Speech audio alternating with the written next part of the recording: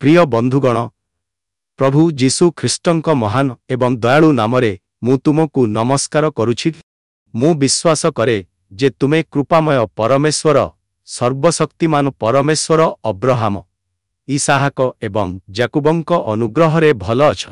किछि सप्ताह पई आमे क्रूस उपरे प्रभु जीशु ख्रीष्टंक 7टी वाक्य किंबा शेष वाक्य को धर्मवादी दृष्टिकोणरू अध्ययन करिबु। आजि आमे क्रूस उपरे प्रभु जीशु ख्रीष्टंक प्रथम वाक्य को अध्ययन करुछु। आसंतु आमे प्रार्थनार एक शब्द सहित आरंभ करिबा। स्वर्गीय पिता, तुमर महिमा एवं अनुग्रह सम्मुखरे हृदय नम्र करी आमे आमर प्रभु एवं त्राणकर्ता जीशु ख्रीष्टंक नामरे तुमर उपस्थिति रे आसुछु। जेतेबेले आमे क्रूसरू तांकर प्रथम वाक्य पिता सेमानंकु क्षमा कर, कारण सेमाने कौन करुछंती ताहा जानती नाही, अध्ययन करिबा पई आमर हृदय एवं मन को खोली देउछु। आमे तुमर पवित्र आत्मार आलोक पई प्रार्थना करुछु। तुमे आमको तुमर दयार गभीरता, दिव्य क्षमार शक्ति एवं ख्रीष्टंक मध्यस्थतार गुरुत्व बुझिबा पई ज्ञान दिय। एही अध्ययन समय केवल एक बौद्धिक अनुसंधान नुहे, बरं गभीर आध्यात्मिक परिवर्तनर एक मुहूर्त हेउ, जेउठारे तुमर न्याय, प्रेम एवं मुक्ति विषय आमर बुझामणा नवीकरण हुए। तुमर सत्य ग्रहण करिबा पई आमर हृदय नरम हेउ एवं आमे ख्रीष्टंक परी हजि जाइथिबा अज्ञ एवं तुमर परित्राण आवश्यक करुथिबा लोकंकु अनुग्रह प्रदान करिबाकु प्रेरित हेउ। आमर चिंताधारा पवित्र कर, विभ्रांति दूर कर एवं आमको तुमर पुत्रंक हृदय निकटकु आण, जहा द्वारा आमे तांकु अधिक निकटतर भावरे जानि पारिबु एवं आम जीवनरे तांक प्रेमकु अधिक विश्वस्त भावरे प्रतिफलित करि पारिबु। आमे जीवंत परमेश्वरंक पुत्र प्रभु जीशु ख्रीष्टंक नामरे प्रार्थना करू, आमेन। शताब्दी धरी क्रूस उपरे जीशुंक 7टी वाक्य ख्रीष्टियान प्रतिहननर केन्द्रबिंदु होई रहिछि, जहा सेमानंकर भक्ति एवं प्रेरणादायक गुरुत्व को गुरुत्व दिए। एही वाक्य गुड़िकु प्रायतः ईश्वरीय प्रेम, प्रायश्चित एवं आध्यात्मिक धैर्यर प्रकाशन भावरे व्याख्या करा जाए, जहा विश्वासी मानंकु सांत्वना एवं नैतिक मार्गदर्शन प्रदान करे। जदिओ एपरी व्याख्या गुड़िक व्यक्तिगत विश्वास एवं शिष्यत्व पाई मूल्यवान, सेमाने प्रायतः गभीर ऐतिहासिक, सांस्कृतिक एवं आदर्शगत दिग गुड़िकु अणदेखा करंती, जहा एही शब्द गुड़िकर अर्थकु सेमानंकर मूल प्रसंगरे आकार देइथिला। एही वाक्य गुड़िकु सेमानंकर प्राचीन जिहुदी धर्मतात्विक पृष्ठभूमि, शास्त्रीय हेलेनिस्टिक दर्शन एवं साम्राज्यवादी रोमियो जातिगत राजनैतिक परिवेशरू पृथक करिबार प्रवृत्ति एक असंपूर्ण बुझामणा आड़कु नेइछि, जहा सेमानंकर संपूर्ण धर्मतात्विक, दार्शनिक एवं ऐतिहासिक गुरुत्व को सीमित करिछि। प्राचीन इस्राएलर चुक्तिनामा ढांचा, शास्त्रीय ग्रीसर दार्शनिक परंपरा एवं रोमर साम्राज्यवादी शक्ति गठन संपर्करे एही वाक्य गुड़िकु परीक्षा न करी सेमानंकर अधिकांश अत्यावश्यक प्रकृति एवं परिवर्तनकारी प्रभाव अस्पष्ट रहिछि। जीशुंक शेष 7टी वाक्यरे थिबा धर्मशास्त्रीय समृद्धि को संपूर्ण भावरे बुझी हेब नाही, जदि सेगुड़िकु प्रथम शताब्दीर जिहुदार वास्तवता मध्यरे अनुसंधान करा जाए, जहा एक अधिकृत देश, जहा शताब्दीर जिहुदी धर्मशास्त्रीय विकास द्वारा आकृति प्राप्त एवं सेतेबेलर प्रभावशाली राजनैतिक एवं दार्शनिक आलोचना द्वारा गभीर भावरे प्रभावित। प्रथमे आमे प्राचीन इस्राएलर ऐतिहासिक, सांस्कृतिक एवं वैचारिक प्रसंग को उन्मोचन करिबा, जहा क्रूस उपरे जीशुंक शेष वाक्य को बुझिबा पई अत्यावश्यक भित्तिभूमि प्रदान करे। प्रत्येक विवृत्ति जिहुदी धर्मतात्विक धारणा सहित गभीर जड़ितता को प्रतिफलित करे, जेउथिरे चुक्तिमूलक न्याय, भविष्यवाणी मध्यस्थता, याजक मंदिर बलिदान एवं राजकीय मेसियानिक आशा अंतर्भुक्त। ईश्वरीय क्षमा, परित्याग परिपूर्णता एवं चूड़ांत आत्मसमर्पण विषय जीशुंको उल्लेख ईश्वरीय न्याय एवं दया सहित इस्राएलर संघर्ष व्यापक वर्णना सहित समान। एही विषय वस्तुगुड़िक पुराणा नियम राबिनिक परंपरा एवं द्वितीय मंदिर जिहुदी सर्वनाशक साहित्य रे परिपूर्ण, जहाँ समस्त प्रथम शताब्दीर दुख राजत्व एवं मुक्तिर जिहुदी धारणा को आकार देइथिला। द्वितीय मंदिर कालरे जिहुदी मानंकर विश्व दृष्टिकोण परमेश्वर एवं इस्राएल मध्यरे चुक्ति संपर्क द्वारा गभीर भावरे गढ़ी उठिथिला। क्षमा केवल दयार एक व्यक्तिगत कार्य नुहे, बरं तांको लोकंक सहित परमेश्वरंक व्यवहारर एक गुरुत्वपूर्ण दिग थिला। हिब्रू बाइबल प्रायतः परमेश्वरंकु न्यायपूर्ण एवं दयालु भावरे उपस्थापन करे, क्षमार प्रतिश्रुति सहित ईश्वरीय विचार को संतुलित करे। मध्यस्थी प्रार्थनार धारणा, जेउठारे जणे धार्मिक व्यक्ति अन्यमानंक पई ईश्वरीय दया पई निवेदन करंती, जिहुदी परंपरारे भल भावरे प्रतिष्ठित होइथिला। मोसांक परी व्यक्ति जिए भ्रमण 32 पद 11-14 रे स्वर्ण बाछुरी घटना परे इस्राएल पाई मध्यस्थी करिथिले एवं भविष्यद्वक्ता जिरिमिय जिए जिरिमिय 18 पद 2 रे विचार आसीबा समय रे मध्य तांको लोकंक पाई निवेदन करिथिले एही भूमिका को उदाहरण दियंती। भविष्यवाणी परंपरा प्रायतः मध्यस्थीमानंकु मध्यस्थी भावरे नियुक्त करे, जेउमाने लोकमानंकु परमेश्वरंक सहित पुनर्मिलन करिबाकु चेष्टा करंती, ईश्वरीय क्रोध को एड़ाइबा पाई प्रार्थना एवं बलिदान प्रदान करंती। जिसाइय 53 पद 12 रे दुखग्रस्त दासंकु एपरी जणे भावरे चित्रण कराजाइछि, जिए अनेकंक पाप बहन करिथिले एवं अपराधीमानंक पाई मध्यस्थता करिथिले, जहा जीशुंक निज भूमिकार पूर्वाभास। क्षमा पाई जीशुंक प्रार्थना एही परंपरा सहित समन्वित, तथापि यह एक गुरुत्वपूर्ण परिवर्तन आनिथाए। मोसा एवं जिरिमियंक परी नुहे, जेउमाने इस्राएल पाई मध्यस्थता करिथिले, जीशु चुक्ति संप्रदाय बाहरर लोकंक पाई तांकर निवेदन विस्तार करंती। रोमियो सैनिक, जिहुदी नेता एवं उदासीन जनता।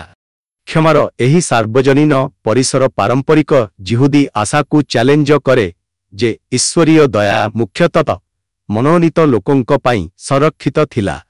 यह एक गुरुत्वपूर्ण धर्मशास्त्रीय प्रश्न मध्य उठाए, अनुताप न हेले कण क्षमा प्रदान करा जाई पारिबो?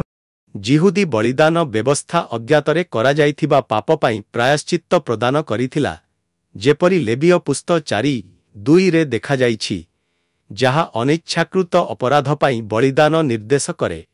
एही नीति को गणना 15, 27, 28 रे दृढ़ करा जाइछि, जेउठारे जेउमाने अजाणतरे पाप करिथिले सेमानंकु प्रायश्चित्त पाई बलिदान आनिबाकू अनुमति दिया जाइथिला, जेतेबेले जेउमाने अविश्वासर सहित पाप करिथिले सेमाने निर्वासनर सम्मुखीन होइथिले।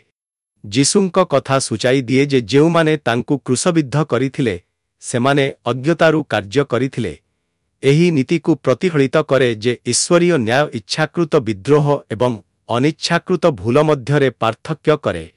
तांक वक्तव्य प्रेरित 3:17-19 रे पितरंक वाक्यरे मध्य प्रतिफलित हुए, जेउठारे से जेरुसालमर लोकमानंकु कुहंती जे सेमाने अज्ञातरे जीशुंकु क्रूसबिद्ध करिथिले एवं सेमानंकु अनुताप करिबाकू डाकुथिले। ईश्वरीय विचारर एक कारक भावरे अज्ञतार एही स्वीकृति मानव दायित्व को प्रत्याख्यान करे नाही, बरं गुरुतर पापर सामनारे मध्य दया संभावना को गुरुत्व दिए। ईश्वरीय विचाररे एक प्रशमनकारी कारक भावरे अज्ञतार धारणा जिहुदी सर्वनाशक साहित्यरे आहुरी विकसित होइछि।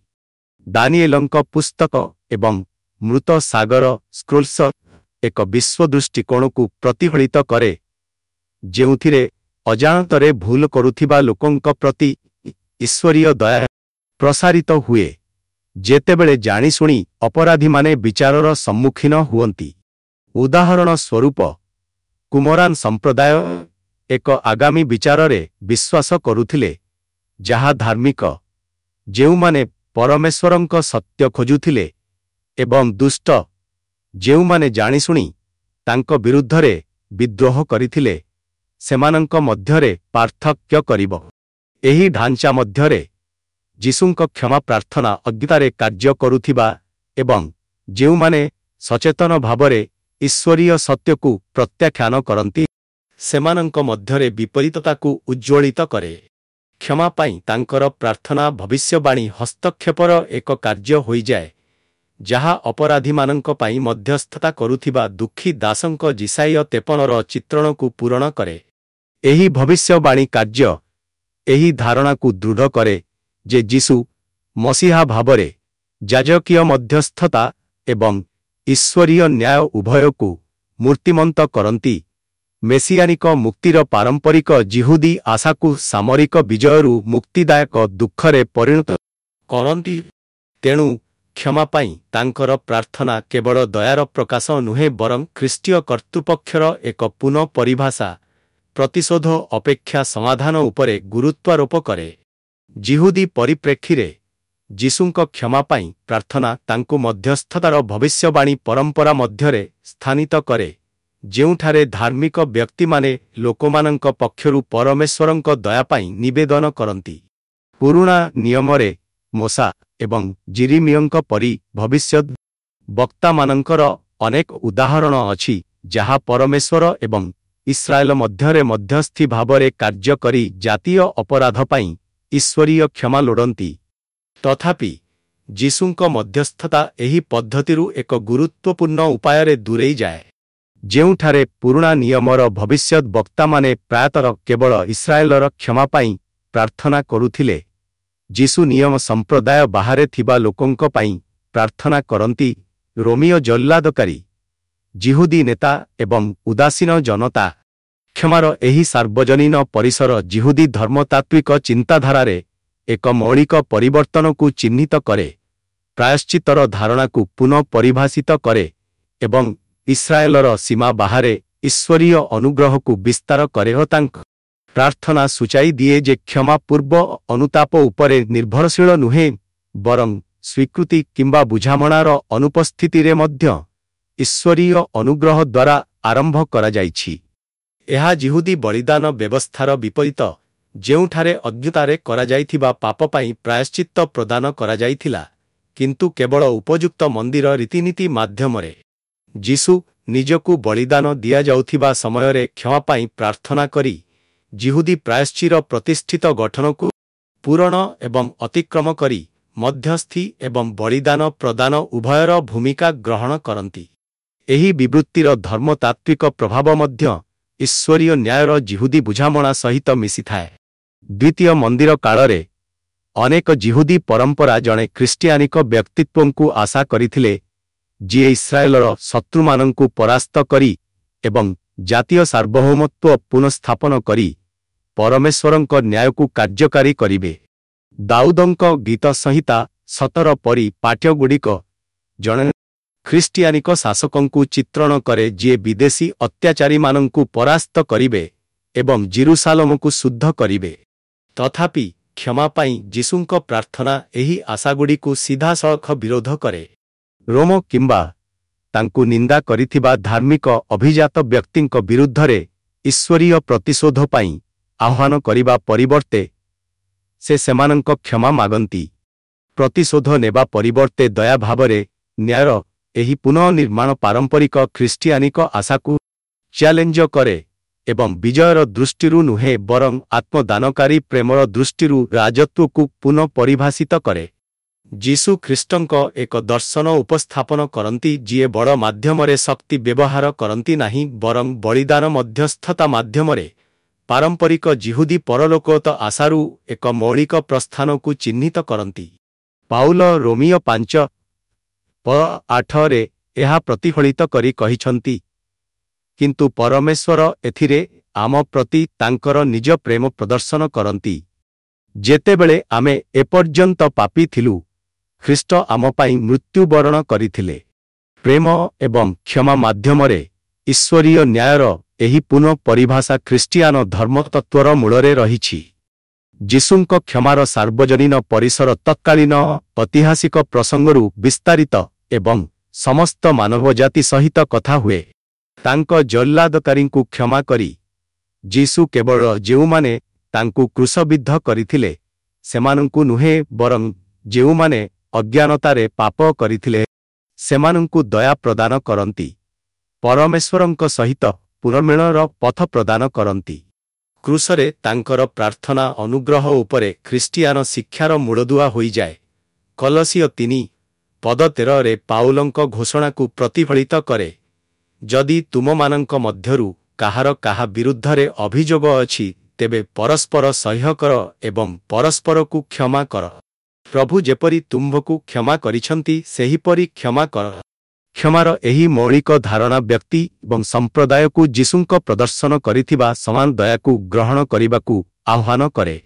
ବିଭାଜନ, କ୍ଷୋଭ ଏବଂ ପ୍ରତିଶୋଧର ଇଚ୍ଛା ଦ୍ୱାରା ଚିହ୍ନିତ ଏକ ଯୁଗରେ ତାଙ୍କ ବାକ୍ୟଗୁଡ଼ିକ ଏକ ଶକ୍ତିଶାଳୀ ସ୍ମରଣକାରୀ ଭାବରେ ଠିଆ ହୁଏ ଯେ ପ୍ରକୃତ ଶକ୍ତି ପ୍ରତିଶୋଧରେ ନୁହେଁ ବରଂ ସବୁଠାରୁ ଗୁରୁତର ଅପରାଧକୁ ମଧ୍ୟ କ୍ଷମା କରିବାର କ୍ଷମତାରେ ନିହିତ ଅଛି।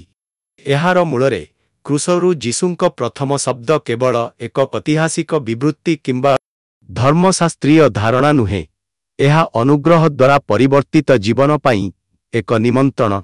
ତାଙ୍କ ଶତ୍ରୁମାନଙ୍କ ପାଇଁ ତାଙ୍କ ପ୍ରାର୍ଥନା ଆମ ପ୍ରତ୍ୟେକଙ୍କୁ ଆମର ନିଜ ହୃଦୟକୁ ପରୀକ୍ଷା କରିବାକୁ, ତିକ୍ତତାର ଭାର ମୁକ୍ତ କରିବାକୁ ଏବଂ ଆମେ ପାଇଥିବା ସମାନ କ୍ଷମାକୁ ବିସ୍ତାର କରିବାକୁ ଆହ୍ୱାନ କରେ। କ୍ରୁଶ ଶକ୍ତିକୁ ପୁନଃ ପରିଭାଷିତ କରେ, ନ୍ୟାୟର ମାନବ ଆଶାକୁ ଓଲଟାଇ ଦିଏ ଏବଂ ପ୍ରଭୁତ୍ୱ ଉପରେ ନୁହେଁ ବରଂ ବଳିଦାନ ପ୍ରେମ ଉପରେ ନିର୍ମିତ ଏକ ରାଜ୍ୟ ପ୍ରକାଶ କରେ। ଯେତେବେଳେ ଯୀଶୁ କହିଲେ, ପିତା, ସେମାନଙ୍କୁ କ୍ଷମା କର, ସେ କେବଳ କାଲଭରୀଙ୍କ ପାଇଁ ମଧ୍ୟସ୍ଥତା କରୁନଥିଲେ, ସେ ସମସ୍ତ ମାନବଜାତି ପାଇଁ ମଧ୍ୟସ୍ଥତା କରୁଥିଲେ। ଏହି ଶବ୍ଦଗୁଡ଼ିକରେ ସେ ପାପୀକୁ ଆଶା, ଭଗ୍ନଙ୍କୁ ଅନୁଗ୍ରହ ଏବଂ ଜୀବନଯାପନର ଏକ ନୂତନ ଉପାୟ ପାଇଁ ଆହ୍ୱାନ ପ୍ରଦାନ କରନ୍ତି। ପ୍ରତିଶୋଧ ଦ୍ୱାରା ନୁହେଁ ବରଂ ଦୟା ଦ୍ୱାରା ଚିହ୍ନିତ ଏକ ଜୀବନ, ବିଚାର ଦ୍ୱାରା ନୁହେଁ ବରଂ ପ୍ରେମ ଦ୍ୱାରା, ନିରାଶା ଦ୍ୱାରା ନୁହେଁ ବରଂ ମୁକ୍ତି ଦ୍ୱାରା। ଏହି ଯିହୁଦୀ ପୃଷ୍ଠଭୂମି ସହିତ ଆସନ୍ତୁ ଆମେ ଯୀଶୁ ଖ୍ରୀଷ୍ଟଙ୍କ ପ୍ରଥମ ବାକ୍ୟର ପ୍ରାଚୀନ ହେଲେନିଷ୍ଟିକ୍ ପୃଷ୍ଠଭୂମି ଅନୁସନ୍ଧାନ କରିବା। ଗ୍ରୀକ୍ ବୌଦ୍ଧିକ ପରମ୍ପରା, ବିଶେଷ କରି ସକ୍ରେଟିସ୍, ପ୍ଲାଟୋ ଏବଂ ଆରିଷ୍ଟୋଟଲଙ୍କ ଦ୍ୱାରା ପ୍ରସ୍ତୁତ ନ୍ୟାୟ, ଅଜ୍ଞତା, ଦୁଃଖ ଏବଂ ସଦ୍ଗୁଣ ବିଷୟରେ ସମସାମୟିକ ଆଲୋଚନାକୁ ପ୍ରସ୍ତୁତ କରିଥିଲେ। ଯୀଶୁଙ୍କ ଶବ୍ଦଗୁଡ଼ିକ ଦୁଃଖର ପ୍ରକୃତି, ମୃତ୍ୟୁର ଉଦ୍ଦେଶ୍ୟ ଏବଂ ମାନବ ବ୍ୟାପାରରେ ଈଶ୍ୱରୀୟ ଜ୍ଞାନର ଭୂମିକା ସମ୍ବନ୍ଧୀୟ ପ୍ରମୁଖ ଦାର୍ଶନିକ ପ୍ରଶ୍ନଗୁଡ଼ିକ ସହିତ ପ୍ରତିଧ୍ୱନିତ ହୁଏ, କିନ୍ତୁ ଏହାକୁ ଚ୍ୟାଲେଞ୍ଜ ମଧ୍ୟ କରେ। ଏହି ବାକ୍ୟଗୁଡ଼ିକ ସହିତ ଏକ ଉପଯୁକ୍ତ ସମ୍ପର୍କ ଗ୍ରୀକ ଓ ରୋମାନ ବିଶ୍ୱ ମଧ୍ୟରେ ସେମାନଙ୍କର ସ୍ଥାନକୁ ସମ୍ବୋଧିତ କରିବା ଉଚିତ, ଯେଉଁଠାରେ ଷ୍ଟୋଇସିଜିମ୍, ଇକ୍ୟୁରିଆନିଜ୍ମ ଏବଂ ପ୍ଲାଟୋନିକ ଚିନ୍ତାଧାରା ରାଜନୈତିକ ଏବଂ ନୈତିକ ଜୀବନକୁ ପ୍ରଭାବିତ କରିଥିଲା। ଏହି ପରମ୍ପରାଗୁଡ଼ିକ ମାନବ ଦୁଃଖ ଏବଂ ନୈତିକ ଦାୟିତ୍ୱକୁ ଏପରି ଭାବରେ ଅନୁଭବ କରିବାକୁ ଚେଷ୍ଟା କରିଥିଲେ ଯାହା ଆଶା କରାଯାଇଥିଲା, କିନ୍ତୁ ଶେଷରେ ଯୀଶୁଙ୍କ ଦ୍ୱାରା ମୂର୍ତ୍ତିମନ୍ତ କ୍ଷମା ଏବଂ ଈଶ୍ୱରୀୟ ଅନୁଗ୍ରହରୁ ବଞ୍ଚିତ ହୋଇଗଲା। ପ୍ଲାଟୋଙ୍କ ସଂଳାପରେ ସ୍ପଷ୍ଟ ଭାବରେ ପ୍ରକାଶିତ ସକ୍ରାଟିକ୍ ପରମ୍ପରା ଅଜ୍ଞତାକୁ ନୈତିକ ବିଫଳତାର ମୂଳ ଭାବରେ ଉପସ୍ଥାପନ କରେ। ସକ୍ରେଟିସ୍ କ୍ଷମା 25:26ରେ ଯୁକ୍ତି ଦେଇଛନ୍ତି ଯେ କେହି ସ୍ୱେଚ୍ଛାକୃତ ଭାବରେ ମନ୍ଦ ବାଛନ୍ତି ନାହିଁ, ବରଂ ଭଲ ବିଷୟରେ ଜ୍ଞାନର ଅଭାବ ଯୋଗୁଁ ଅନ୍ୟାୟ ଭାବରେ କାର୍ଯ୍ୟ କରନ୍ତି। ଏହି ଦୃଷ୍ଟିକୋଣ ଯୀଶୁଙ୍କ ଘୋଷଣା ସହିତ ଘନିଷ୍ଠ ଭାବରେ ସମନ୍ୱିତ ହୁଏ ଯେ ତାଙ୍କ ଜଲ୍ଲାଦକାରୀମାନେ ସେମାନେ କ'ଣ କରୁଛନ୍ତି ତାହା ଜାଣନ୍ତି ନାହିଁ। ଲୁକ 23:34 ସେମାନଙ୍କ କାର୍ଯ୍ୟକୁ ଦୁଷ୍ଟତା ଅପେକ୍ଷା ଅଜ୍ଞତାକୁ ଦାୟୀ କରି ଯୀଶୁ ମାନବ ତ୍ରୁଟିର ଏକ ଦୃଷ୍ଟିକୋଣକୁ ପ୍ରତିଫଳିତ କରନ୍ତି, ଯାହା ଗ୍ରୀକ୍ ନୈତିକ ଚିନ୍ତାଧାରାର ସହିତ ପ୍ରତିଫଳିତ ହୁଏ। ତଥାପି ଯୀଶୁଙ୍କ ପ୍ରତିକ୍ରିୟା ଈଶ୍ୱରୀୟ ହସ୍ତକ୍ଷେପ ଉପରେ ଗୁରୁତ୍ୱ ଦେବାରେ ଗ୍ରୀକ୍ ଦର୍ଶନଠାରୁ ଯଥେଷ୍ଟ ଭିନ୍ନ। ଯେତେବେଳେ ସକ୍ରେଟିସ୍ ଦ୍ୱନ୍ଦ୍ୱାତ୍ମକ ଯୁକ୍ତି ମାଧ୍ୟମରେ ଅଜ୍ଞତାକୁ ସଂଶୋଧନ କରିବାକୁ ଚେଷ୍ଟା କରିଥିଲେ। ଯୀଶୁ ମାନବ ପତନର ସମାଧାନ ଭାବରେ ଈଶ୍ୱରୀୟ କ୍ଷମାକୁ ଆହ୍ୱାନ କରନ୍ତି। ବୌଦ୍ଧିକ ଜ୍ଞାନରୁ ଈଶ୍ୱରୀୟ ଅନୁଗ୍ରହକୁ ଏହି ପରିବର୍ତ୍ତନ ଗ୍ରୀକ୍ ଯୁକ୍ତିବାଦରୁ ଏକ ମୌଳିକ ପ୍ରସ୍ଥାନକୁ ଚିହ୍ନିତ କରେ, ଯାହା ସୂଚାଇ ଦିଏ ଯେ ମାନବ ଅଜ୍ଞତା କେବଳ ଦାର୍ଶନିକ ଅନୁସନ୍ଧାନ ଦ୍ୱାରା ଦୂର ହୋଇପାରିବ ନାହିଁ ବରଂ ଈଶ୍ୱରୀୟ ଦୟାର କାର୍ଯ୍ୟ ଆବଶ୍ୟକ କରେ। ଏହା ବ୍ୟତୀତ ଗ୍ରୀକ୍ ଦର୍ଶନ ପ୍ରାୟତଃ ଯୁକ୍ତିଯୁକ୍ତ ବିଚାର ମାଧ୍ୟମରେ ନ୍ୟାୟ ଖୋଜୁଥିଲେ ମଧ୍ୟ ଯୀଶୁଙ୍କ ଶବ୍ଦ ପ୍ରତିଶୋଧ ବଦଳରେ କରୁଣାରେ ମୂଳ ଥିବା ନ୍ୟାୟର ପରିଚୟ ଦିଏ। ପ୍ଲାଟୋ ଦି ରିପବ୍ଲିକ୍ ପୁସ୍ତକ II 366-367 ରେ ନ୍ୟାୟ ଏବଂ ପୁନର୍ବାସକାରୀ ଭାବରେ ନ୍ୟାୟ ମଧ୍ୟରେ ଉତ୍ତେଜନା ବିଷୟରେ ଆଲୋଚନା କରନ୍ତି। ତଥାପି ଆଦର୍ଶ ଅବସ୍ଥାରେ ମଧ୍ୟ ନ୍ୟାୟ ଶେଷରେ ଶୃଙ୍ଖଳା ବଜାୟ ରଖିବା ବିଷୟରେ। ବିପରୀତରେ ଯୀଶୁ ନ୍ୟାୟକୁ ଦୟା ଆଡ଼କୁ ପୁନଃନିର୍ଦ୍ଦେଶ କରନ୍ତି, ଅଜ୍ଞତା ଯୋଗୁଁ ଅନ୍ୟାୟ କରୁଥିବା ଲୋକଙ୍କୁ ମଧ୍ୟ କ୍ଷମା ପ୍ରଦାନ କରନ୍ତି। ତାଙ୍କ ଶବ୍ଦଗୁଡ଼ିକ ସକ୍ରେଟିସ୍ ଯେପରି ଅଜ୍ଞତାର ନୈତିକ ଅଭାବକୁ କେବଳ ନିର୍ଣ୍ଣୟ କରନ୍ତି ନାହିଁ, ବରଂ ଏକ ଦିବ୍ୟ ପ୍ରତିକାର ପ୍ରଦାନ କରନ୍ତି ଅନୁଗ୍ରହ ଯାହା ଅଯୋଗ୍ୟ ତଥାପି ମୁକ୍ତ ଭାବରେ ଦିଆଯାଏ। ଆରିଷ୍ଟୋଟଲଙ୍କ ନିକୋମାଚିଆନ୍ ନୀତିଶାସ୍ତ୍ର ଯୀଶୁଙ୍କ କଥାକୁ ବ୍ୟାଖ୍ୟା କରିବା ପାଇଁ ଆଉ ଏକ ଦୃଷ୍ଟିକୋଣ ପ୍ରଦାନ କରେ, ବିଶେଷ କରି ସ୍ୱେଚ୍ଛାକୃତ ଏବଂ ଅନିଚ୍ଛାକୃତ କାର୍ଯ୍ୟ ବିଷୟରେ ତାଙ୍କର ଆଲୋଚନା। ଆରିଷ୍ଟୋଟଲ ଜାଣତରେ କରାଯାଇଥିବା କାର୍ଯ୍ୟ ଏବଂ ବାଧ୍ୟତାମୂଳକ କିମ୍ବା ଅଜ୍ଞତା ଅଧୀନରେ କରାଯାଇଥିବା କାର୍ଯ୍ୟ ମଧ୍ୟରେ ପାର୍ଥକ୍ୟ କରନ୍ତି। ଯୁକ୍ତି ଦିଅନ୍ତି ଯେ ନୈତିକ ଦାୟିତ୍ୱ ଜଣଙ୍କର କାର୍ଯ୍ୟ ବିଷୟରେ ସଚେତନତା ଉପରେ ନିର୍ଭର କରେ। ଯଦି ଜଣେ ବ୍ୟକ୍ତି ପରିଣାମ ବିଷୟରେ ସମ୍ପୂର୍ଣ୍ଣ ଜ୍ଞାନ ବିନା କାର୍ଯ୍ୟ କରନ୍ତି, ତେବେ ସେମାନଙ୍କର ଦୋଷ ହ୍ରାସ ପାଏ।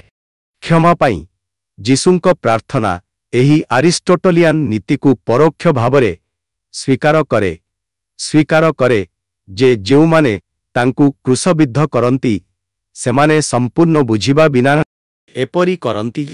ତଥାପି ଯେତେବେଳେ ଆରିଷ୍ଟୋଟଲ ଅଜ୍ଞତାକୁ ଏକ କାରକ ଭାବରେ ଫ୍ରେମ୍ କରନ୍ତି ଯାହା ପୋଲିସ ମଧ୍ୟରେ ନୈତିକ ଦାୟିତ୍ୱକୁ ପ୍ରଭାବିତ କରେ, ଯୀଶୁ ମାନବ ନ୍ୟାୟ ବାହାରେ ଈଶ୍ୱରୀୟ ନ୍ୟାୟ ପର୍ଯ୍ୟନ୍ତ ପ୍ରସଙ୍ଗକୁ ବିସ୍ତାର କରନ୍ତି।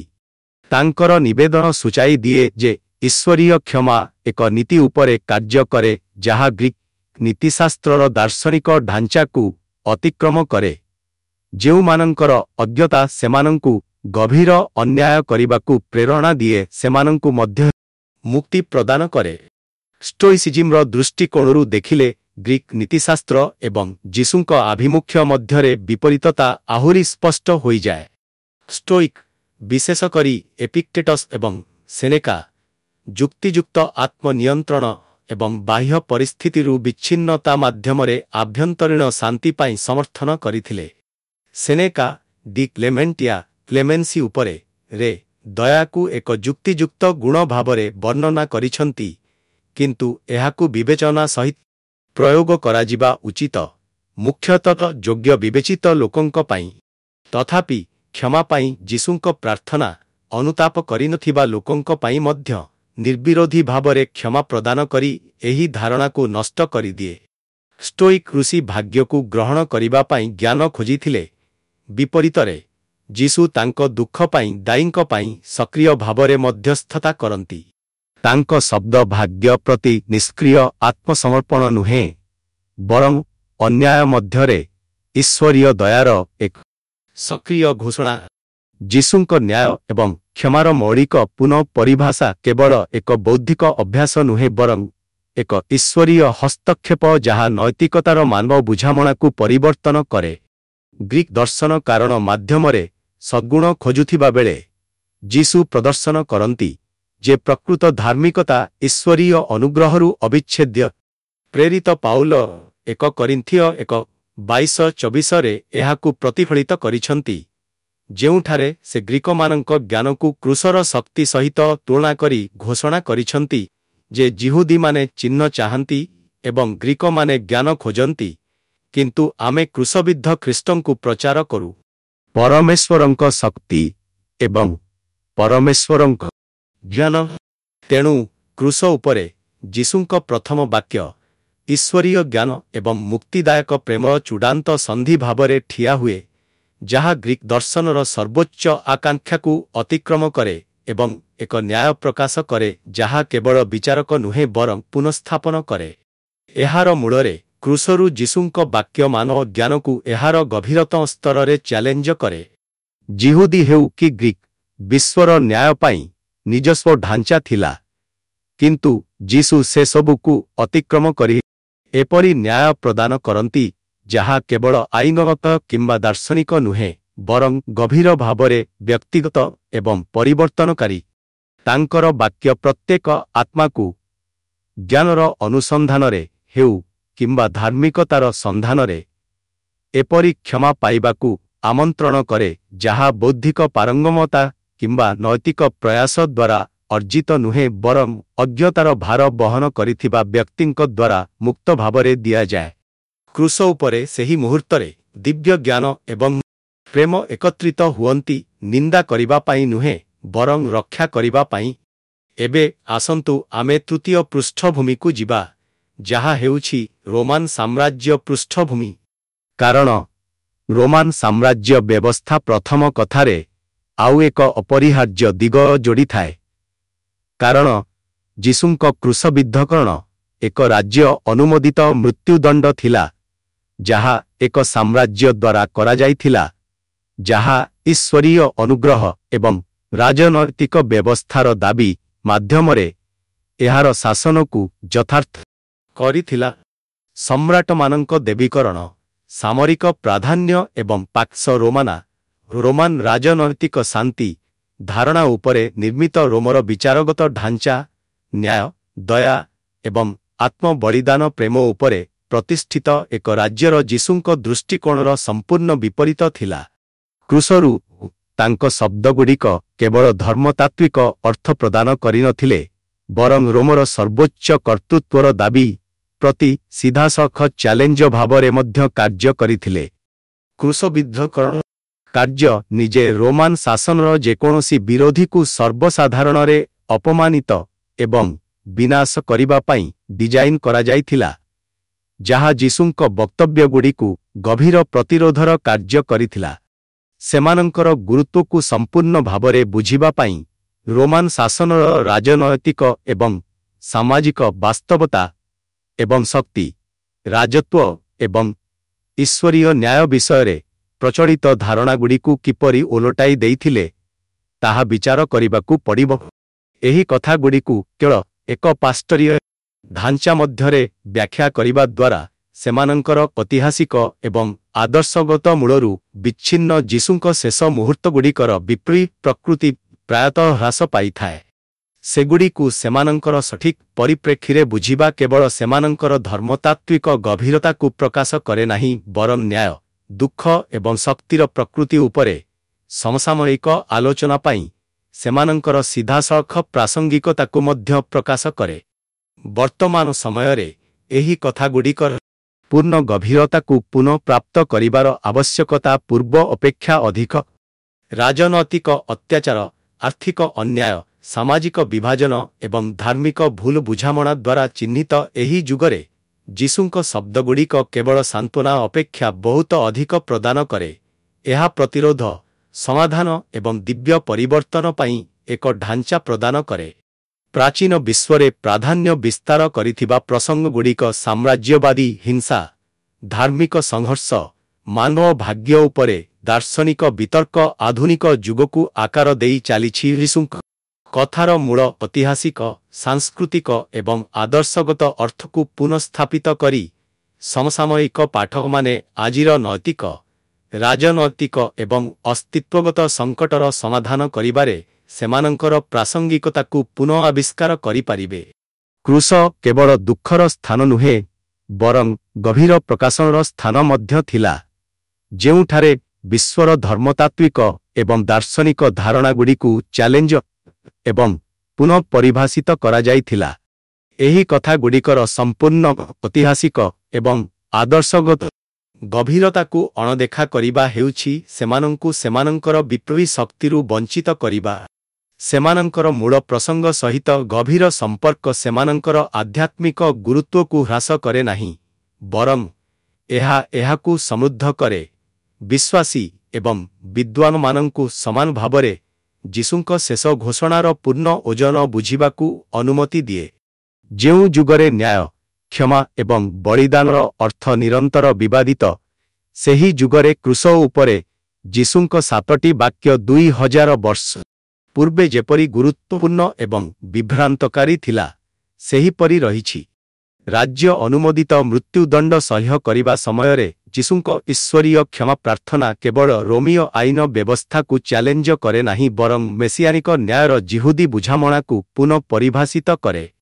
ଏହି ବିବୃତ୍ତି ଯୀଶୁଙ୍କୁ ମଧ୍ୟସ୍ଥତାର ଭବିଷ୍ୟବାଣୀପୂର୍ଣ୍ଣ ପରମ୍ପରା ମଧ୍ୟରେ ସ୍ଥାନିତ କରେ, ତଥାପି ଏହା ଈଶ୍ୱରୀୟ ପ୍ରତିଶୋଧର ପାରମ୍ପରିକ ଆଶାରୁ ଏକ ପ୍ରସ୍ଥାନକୁ ମଧ୍ୟ ଚିହ୍ନିତ କରେ। ଏହା ବ୍ୟତୀତ ଏହା ନ୍ୟାୟ, ଦଣ୍ଡ ଏବଂ ଦୋଷର ଗ୍ରୀକ୍ ଏବଂ ରୋମୀୟ ଧାରଣାକୁ ସିଧାସଳଖ ମୁକାବିଲା କରେ। ଜ୍ଞାନ, ନୈତିକ ଦାୟିତ୍ୱ ଏବଂ ଈଶ୍ୱରୀୟ ଅନୁଗ୍ରହ ମଧ୍ୟରେ ସମ୍ପର୍କ ବିଷୟରେ ଗଭୀର ପ୍ରଶ୍ନ ଉଠାଇଥାଏ। ଏହି ପ୍ରଥମ କଥାକୁ ଅନୁସନ୍ଧାନ କରିବା ସମୟରେ ଆମେ ବିଚାର କରିବା ଉଚିତ ଯେ ଏହା ପ୍ରଥମ ଶତାବ୍ଦୀର ଭୂମଧ୍ୟସାଗରୀୟ ବିଶ୍ୱର ବ୍ୟାପକ ଐତିହାସିକ ଏବଂ ଆଦର୍ଶଗତ ଦୃଶ୍ୟପଟ ସହିତ କିପରି ଜଡ଼ିତ। ପାରମ୍ପରିକ ଇଭାଞ୍ଜେଲିକାଲ ଏବଂ ପାଷ୍ଟୋରାଲ ବ୍ୟାଖ୍ୟା ପ୍ରାୟତଃ ସ୍ୱୀକାର କରିଥିବା ଅପେକ୍ଷା ବହୁତ ଗଭୀର ଭାବରେ ଏହାର ଅର୍ଥକୁ ଆକାର ଦିଏ। ଯୀଶୁଙ୍କ ପ୍ରଥମ କଥା, ପିତା, ସେମାନଙ୍କୁ କ୍ଷମା କର, କାରଣ ସେମାନେ କ'ଣ କରୁଛନ୍ତି ତାହା ଜାଣନ୍ତି ନାହିଁ। ଏହା ଏକ ବିବୃତ୍ତି ଯାହା ପ୍ରାଚୀନ ରୋମୀୟ ଜାତିଗତ ରାଜନୈତିକ ଏବଂ ରାଜ୍ୟ ପ୍ରଶାସନିକ ବ୍ୟାପାର ପରିପ୍ରେକ୍ଷୀରେ ବିଶାଳ ଜିହୁଦୀ ଧର୍ମବାଦୀ ପ୍ରଭାବ ବହନ କରେ। ରୋମୀୟ ରାଜନୈତିକ ଏବଂ ଆଇନଗତ ପ୍ରସଙ୍ଗ ଯୀଶୁଙ୍କ ବିବୃତ୍ତିର ଗୁରୁତ୍ୱକୁ ଆଉ ଏକ ଦିଗ ଯୋଏ। କ୍ରୁଶବିଦ୍ଧରଣ କେବଳ ମୃତ୍ୟୁଦଣ୍ଡର ଏକ ପ୍ରକାର ନଥିଲା, ଏହା ରାଜ୍ୟ ଆତଙ୍କର ଏକ ଉପକରଣ ଥିଲା, ଯାହା ସାର୍ବଜନୀନ ଭାବରେ ରୋମର ସମ୍ପୂର୍ଣ୍ଣ କର୍ତ୍ତୃତ୍ୱକୁ ନିଶ୍ଚିତ କରିବା ପାଇଁ ଡିଜାଇନ କରାଯାଇଥିଲା। ଏପରି ମୃତ୍ୟୁଦଣ୍ଡ ମଧ୍ୟରେ କ୍ଷମା ପାଇଁ ନିବେଦନ କରିବାର କାର୍ଯ୍ୟ ସିଧାସଳଖ ରୋମୀୟ ନ୍ୟାୟର ଯୁକ୍ତିକୁ ନଷ୍ଟ କରିଦିଏ। ରୋମୀୟ ଆଇନଗତ ବ୍ୟବସ୍ଥା ମଧ୍ୟରେ କ୍ଷମା କରିବାର କ୍ଷମତା ସମ୍ରାଟଙ୍କ ପାଇଁ ସଂରକ୍ଷିତ ଥିଲା, ଯାହାଙ୍କ କ୍ଷମା କ୍ଲେମେଣ୍ଟିଆ ସିଜାରିସ୍ ସାମ୍ରାଜ୍ୟିକ କର୍ତ୍ତୃତ୍ୱକୁ ସୁଦୃଢ଼ କରିବା ପାଇଁ ବ୍ୟବହୃତ ଏକ ରାଜନୈତିକ ଉପକରଣ ଥିଲା। କ୍ଷମା ରାଜନୈତିକ ଅତ୍ୟାଚାର, ଆର୍ଥିକ ଅନ୍ୟାୟ, ସାମାଜିକ ବିଭାଜନ ଏବଂ ଧାର୍ମିକ ଭୁଲ ବୁଝାମଣା ଦ୍ୱାରା ଚିହ୍ନିତ ଏହି ଯୁଗରେ ଯୀଶୁଙ୍କ ଶବ୍ଦଗୁଡ଼ିକ କେବଳ ସାନ୍ତ୍ୱନା ଅପେକ୍ଷା ବହୁତ ଅଧିକ ପ୍ରଦାନ କରେ।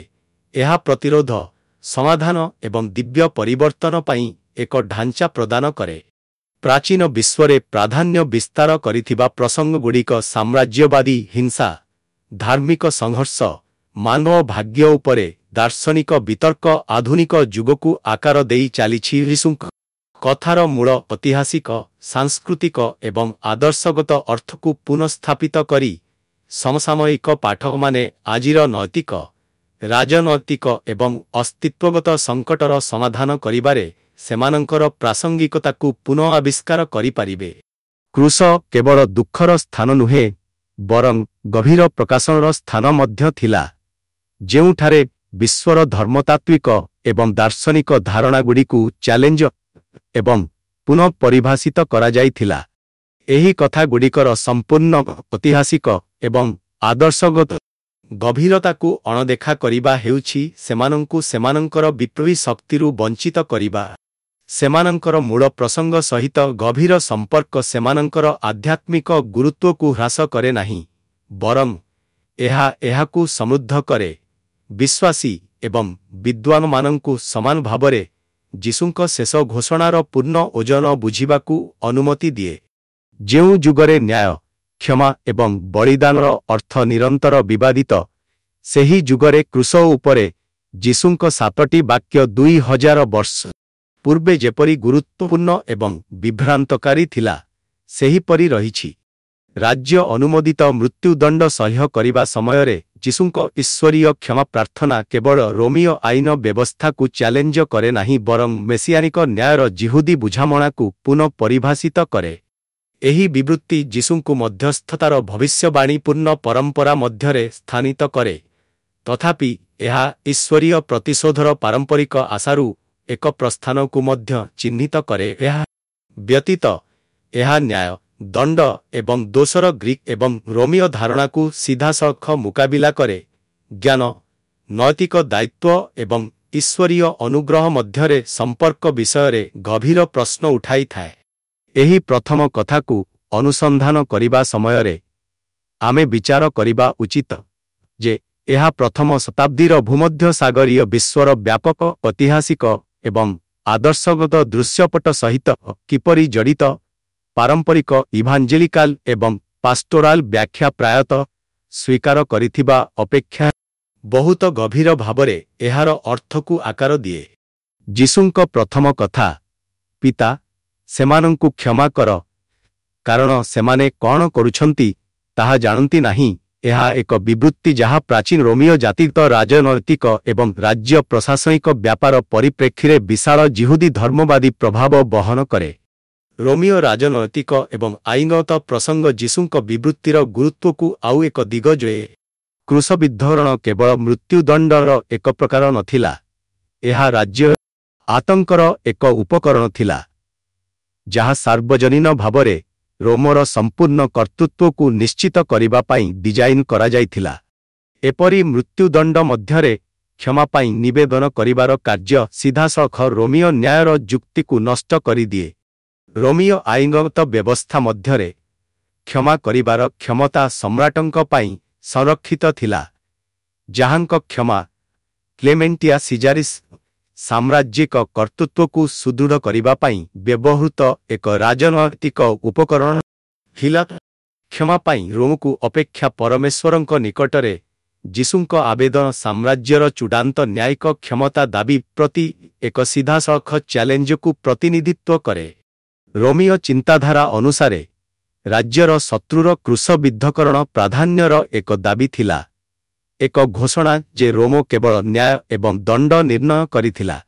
ଈଶ୍ୱରୀୟ କ୍ଷମା ପ୍ରାର୍ଥନା କରି ଯୀଶୁ ନ୍ୟାୟକୁ ପରିଭାଷିତ କରିବା ପାଇଁ ରୋମର ଅଧିକାରକୁ ଅସ୍ୱୀକାର କରନ୍ତି, ବରଂ ଦୃଢ଼ ଭାବରେ କୁହନ୍ତି ଯେ ଚୂଡ଼ାନ୍ତ ବିଚାର ପରମେଶ୍ୱରଙ୍କର। ଯୀଶୁଙ୍କ ବିଚାରର ରାଜନୈତିକ ଅଭିଯୋଗକୁ ଦୃଷ୍ଟିରେ ରଖି ଏହି ଅବମାନନା କାର୍ଯ୍ୟ ବିଶେଷ ଗୁରୁତ୍ୱପୂର୍ଣ୍ଣ। ତାଙ୍କୁ କେବଳ ଜଣେ ଧାର୍ମିକ ନିନ୍ଦାକାରୀ ଭାବରେ ନୁହେଁ ବରଂ ଜଣେ ରାଜନୈତିକ ବିଦ୍ରୋହୀ ଭାବରେ ମଧ୍ୟ ନିନ୍ଦା କରାଯାଇଥିଲା, ଯିଏ ଲୁକ 23:2ରେ କାଇସରଙ୍କ ବିରୁଦ୍ଧରେ ରାଜତ୍ୱ ଦାବି କରିବାର ଅଭିଯୋଗ ଆଣିଥିଲେ। ତାଙ୍କର ମୃତ୍ୟୁଦଣ୍ଡ ରୋମ ଦ୍ୱାରା ଏକ ବିବୃତ୍ତି ଥିଲା ଯେ ସାମ୍ରାଜ୍ୟବାଦୀ ସାର୍ବଭୌମତ୍ୱ ପ୍ରତି ଯେକୌଣସି ଆହ୍ୱାନକୁ ନିଷ୍ଠୁର ଦମନ ସହିତ ମୁକାବିଲା କରାଯିବ। ତଥାପି ତାଙ୍କ ଜଲ୍ଲାଦକାରୀଙ୍କୁ ଅଭିଶାପ ଦେବା କିମ୍ବା ବିଚାର ଘୋଷଣା କରିବା ପରିବର୍ତ୍ତେ ଯୀଶୁ କ୍ଷମା ବିଷୟରେ କୁହନ୍ତି। ଏହା ପ୍ରତିଶୋଧମୂଳକ ନ୍ୟାୟ ରୋମୀୟ ନୀତିର ଏକ ସିଧାସଳଖ ବିପରୀତ। ରୋମୀୟ ଶାସନ ପ୍ରତିଶୋଧ ଏବଂ ପ୍ରତିରୋଧ ନୀତି ଉପରେ ନିର୍ମିତ ହୋଇଥିଲା, ଯେପରି ଲେକ୍ସ ଟାଲିଓନିସ୍ ପ୍ରତିଶୋଧର ନିୟମର ଆଇନଗତ ସିଦ୍ଧାନ୍ତରେ ଉଦାହରଣ ଦିଆଯାଇଛି। ବିପରୀତରେ ଯୀଶୁ ନ୍ୟାୟର ଏକ ଦର୍ଶନ ପ୍ରବର୍ତ୍ତନ କରନ୍ତି, ଯାହା ପ୍ରତିଶୋଧ ଉପରେ ନୁହେଁ ବରଂ ଦୟା ଉପରେ ନିର୍ଭର କରେ। ରୋମୀୟ ଆଇନଗତ ମାନଦଣ୍ଡରୁ ଏହି ମୌଳିକ ପ୍ରତ୍ୟାବର୍ତ୍ତନ ସାମ୍ରାଜ୍ୟବାଦୀ ଶକ୍ତିର ସୀମାକୁ ପ୍ରକାଶ କରେ, ଯାହା ସୂଚାଇ ଦିଏ ଯେ ପ୍ରକୃତ କର୍ତ୍ତୃତ୍ୱ ଦଣ୍ଡ ଦେବାର କ୍ଷମତାରେ ନୁହେଁ ବରଂ କ୍ଷମା କରିବାର କ୍ଷମତାରେ ରହିଛି। ଏହି ବିବୃତ୍ତିର ରାଜନୈତିକ ପ୍ରଭାବ ଯୀଶୁଙ୍କ କ୍ରୁଶବିଦ୍ଧକରଣର ତତ୍କାଳ ପ୍ରସଙ୍ଗ ବାହାରେ ବିସ୍ତାରିତ। ବ୍ୟାପକ ଗ୍ରୀକୋ ରୋମାନ ଜଗତରେ ନ୍ୟାୟ ଏବଂ ଦୟା ମଧ୍ୟରେ ସମ୍ପର୍କ ଦାର୍ଶନିକ ଏବଂ ଆଇନଗତ ବିତର୍କର ବିଷୟ ଥିଲା। ସେନେକା ପରି ଷ୍ଟୋଇକ୍ ଦାର୍ଶନିକମାନେ ଜ୍ଞାନୀ ଶାସକଙ୍କ ଗୁଣ ଭାବରେ ଦୟା ପାଇଁ ସମର୍ଥନ କରିଥିଲେ, ତଥାପି ଦୟା ବିଷୟରେ ସେମାନଙ୍କର ବୁଝାମଣା ନୈତିକ ଆବଶ୍ୟକତା ଅପେକ୍ଷା ରାଜନୈତିକ ସୁବିଧା ସହିତ ଜଡ଼ିତ ଥିଲା। ତଥାପି କ୍ଷମା ପାଇଁ ଯୀଶୁଙ୍କ ନିବେଦନ ରାଜନୈତିକ ହିସାବ ଦ୍ୱାରା ପ୍ରେରିତ ନୁହେଁ ବରଂ ଏକ ଧର୍ମଶାସ୍ତ୍ରୀୟ ଦୃଷ୍ଟିକୋଣ ଦ୍ୱାରା ପ୍ରେରିତ, ଯାହା ଶକ୍ତିର ଅର୍ଥକୁ ପୁନଃ ପରିଭାଷିତ କରେ। ରୋମୀୟ ଜଗତରେ କ୍ଷମା କରିବା ହେଉଛି କର୍ତ୍ତୃତ୍ୱ ପରିତ୍ୟାଗ କରିବା। ଯୀଶୁଙ୍କ ଦର୍ଶନରେ କ୍ଷମା କରିବା ହେଉଛି ସର୍ବୋଚ୍ଚ ଦୈବୀ କର୍ତ୍ତୃତ୍ୱ ବ୍ୟବହାର କରିବା। ମୂଲ୍ୟବୋଧର ଏହି ପରିବର୍ତ୍ତନ ସମଗ୍ର ରୋମୀୟ ଶାସନ ଢାଞ୍ଚାକୁ ଚ୍ୟାଲେଞ୍ଜ କରେ, ଯାହା ସୂଚାଇ ଦିଏ ଯେ ପ୍ରକୃତ ରାଜା ହେଉଛନ୍ତି ହିଂସା ମାଧ୍ୟମରେ ନ୍ୟାୟ ଲାଗୁ କରୁଥିବା ବ୍ୟକ୍ତି ନୁହନ୍ତି, ବରଂ ଯିଏ ଅନ୍ୟାୟର ସାମ୍ନାରେ ମଧ୍ୟ ଦୟା ପ୍ରଦାନ କରନ୍ତି। ଅଧିକନ୍ତୁ, କ୍ଷମା ପାଇଁ ଯୀଶୁଙ୍କ ନିବେଦନ ସମ୍ମାନ ଏବଂ ପ୍ରତିଶୋଧର ରୋମୀୟ ଆଦର୍ଶର ସମ୍ପୂର୍ଣ୍ଣ ବିପରୀତ। ରୋମୀୟ ସମାଜ ଭର୍ଟସ୍ ଧାରଣା ଉପରେ ନିର୍ମିତ ହୋଇଥିଲା, ଯାହା ପୁରୁଷ ସମ୍ମାନର ଏକ ପ୍ରକାର ଯାହା ଶକ୍ତି, ପ୍ରତିଶୋଧ ଏବଂ ପ୍ରାଧାନ୍ୟର ଦାବିକୁ ମୂଲ୍ୟ ଦେଉଥିଲା। ଜଣେ ରୋମୀୟ ସମ୍ଭ୍ରାନ୍ତ ବ୍ୟକ୍ତି ଯେତେବେଳେ ଅନ୍ୟାୟ କରାଯାଏ, ତାଙ୍କ ମର୍ଯ୍ୟାଦା ରକ୍ଷା କରିବା ପାଇଁ ପ୍ରତିଶୋଧ ନେବାକୁ ଆଶା କରାଯାଉଥିଲା। ବିପରୀତରେ, ଚରମ ଅନ୍ୟାୟର ସାମ୍ନାରେ ମଧ୍ୟ ଯୀଶୁଙ୍କ ପ୍ରତିଶୋଧ ନେବାକୁ ଅସ୍ୱୀକାର ଶକ୍ତିର ଏକ ସମ୍ପୂର୍ଣ୍ଣ ଭିନ୍ନ ମଡେଲ ଉପସ୍ଥାପନ କରେ ଯାହା ପ୍ରଭୁତ୍ୱ ଅପେକ୍ଷା ଆତ୍ମବଳିଦାନ ପ୍ରେମରେ ମୂଳ। ଏହା କରି ସେ ନ୍ୟାୟ ପାଇଁ ରୋମର ଦାବିର ଭଙ୍ଗୁରତାକୁ ପ୍ରକାଶ କରନ୍ତି ଯେ ପ୍ରକୃତ ଶକ୍ତି ବଳ ପ୍ରୟୋଗରେ ନୁହେଁ ବରଂ ନିଜ ଶତ୍ରୁମାନଙ୍କୁ ମଧ୍ୟ କ୍ଷମା କରିବାର କ୍ଷମତାରେ ମିଳିଥାଏ। ଶକ୍ତିର ଏହି ପୁନଃ ପରିଭାଷାର ଗଭୀର ରାଜନୈତିକ ପ୍ରଭାବ ଅଛି, ଯାହା ସୂଚାଇ ଦିଏ ଯେ ସାମ୍ରାଜ୍ୟର ଗଠନ ଶେଷରେ ଈଶ୍ୱରୀୟ କର୍ତ୍ତୃତ୍ୱ ସମ୍ମୁଖରେ ଭ୍ରମାତ୍ମକ। ଯୀଶୁଙ୍କ ବକ୍ତବ୍ୟ ରାଜତ୍ୱର ଅର୍ଥକୁ ପୁନଃ ପରିଭାଷିତ କରି ତାଙ୍କ ସମୟର ରାଜନୈତିକ ଗଠନକୁ ମଧ୍ୟ ଚ୍ୟାଲେଞ୍ଜ କରେ। ରୋମୀୟ ଜଗତରେ ପରମେଶ୍ୱରଙ୍କ ପୁତ୍ର ଉପାଧି ପ୍ରାୟତଃ ସମ୍ରାଟଙ୍କୁ ଦିଆଯାଇଥିଲା, ଯାହାଙ୍କୁ ଜଣାଶୁଣା ଜଗତର ଈଶ୍ୱରୀୟ ଶାସକ ଭାବରେ ପୂଜା କରାଯାଉଥିଲା। କ୍ରୁସରୁ କ୍ଷମା ପାଇଁ ପ୍ରାର୍ଥନା କରି ଯୀଶୁ ଏକ ରାଜକୀୟ ଭୂମିକା ଗ୍ରହଣ କରନ୍ତି, କିନ୍ତୁ ଏହା ସାମ୍ରାଜ୍ୟବାଦୀ ମଡେଲର ବିରୋଧାଚରଣ କରେ। ସାମରିକ ବିଜୟ କିମ୍ବା ରାଜନୈତିକ ନିୟନ୍ତ୍ରଣ ମାଧ୍ୟମରେ ପ୍ରଭୁତ୍ୱ ପ୍ରୟୋଗ କରିବା ପରିବର୍ତ୍ତେ ସେ ମଧ୍ୟସ୍ଥତା ଏବଂ ଆତ୍ମବଳିଦାନ ମାଧ୍ୟମରେ ତାଙ୍କର କର୍ତ୍ତୃତ୍ୱକୁ କାର୍ଯ୍ୟକାରୀ କରନ୍ତି। ତାଙ୍କର ରାଜତ୍ୱ ବାଧ୍ୟତାମୂଳକ ଶାସନ ନୁହେଁ ବରଂ ମୁକ୍ତିଦାୟକ ମଧ୍ୟସ୍ଥତା। ଏହା ପ୍ରଦର୍ଶନ କରେ ଯେ ପ୍ରକୃତ ନେତୃତ୍ୱ ବଳ ମାଧ୍ୟମରେ କ୍ଷମାପନ କରିବା ବିଷୟରେ ନୁହେଁ ବରଂ ଅନୁଗ୍ରହ ମାଧ୍ୟମରେ ମାନବ ଜାତିକୁ ପୁନଃସ୍ଥାପିତ କରିବା ବିଷୟରେ। ତେଣୁ କ୍ରୁସ ଉପରେ ଯୀଶୁଙ୍କ ପ୍ରଥମ ବାକ୍ୟକୁ ଏକ ଧର୍ମବାଦୀ ବ୍ୟାଖ୍ୟା ନ୍ୟାୟ, କ୍ଷମତା ଏବଂ ମାନବ ଦାୟିତ୍ୱର ପ୍ରଚଳିତ ବ୍ୟବସ୍ଥା ସହିତ ଏକ ଗଭୀର ମୁକାବିଲାକୁ ପ୍ରକାଶ କରେ। ତାଙ୍କ ଶବ୍ଦଗୁଡ଼ିକ କେବଳ ଜିହୁଦୀ ମେସିଆନିକ୍ ଆଶାଗୁଡ଼ିକୁ ପୂରଣ ଏବଂ ପୁନଃ ପରିଭାଷିତ କରେ ନାହିଁ ବରଂ ନୈତିକ ଅଜ୍ଞତା ଉପରେ ଗ୍ରୀକ୍ ଦାର୍ଶନିକ ବିତର୍କ ସହିତ ଜଡ଼ିତ ହୁଏ ଏବଂ ଶକ୍ତି ଏବଂ ନ୍ୟାୟର ରୋମୀୟ ସାମ୍ରାଜ୍ୟବାଦୀ ଚିନ୍ତାଧାରାକୁ ଚ୍ୟାଲେଞ୍ଜ କରେ। କ୍ଷମା ପାଇଁ ପ୍ରାର୍ଥନା କରି ଯୀଶୁ ଈଶ୍ୱରୀୟ କର୍ତ୍ତୃତ୍ୱର ଏକ ମୌଳିକ ଦୃଷ୍ଟିକୋଣ ଉପସ୍ଥାପନ କରନ୍ତି, ଯାହା ତାଙ୍କ ସମୟର ଆଇନଗତ ଢାଞ୍ଚାକୁ ଓଲଟାଇ ଦିଏ। ଏକ ନୂତନ କ୍ରମ ପ୍ରବର୍ତ୍ତନ କରେ ଯେଉଁଠାରେ ପ୍ରତିଶୋଧ ବଦଳରେ ଦୟା ଚରମ ବାସ୍ତବତାକୁ ପରିଭାଷିତ କରେ।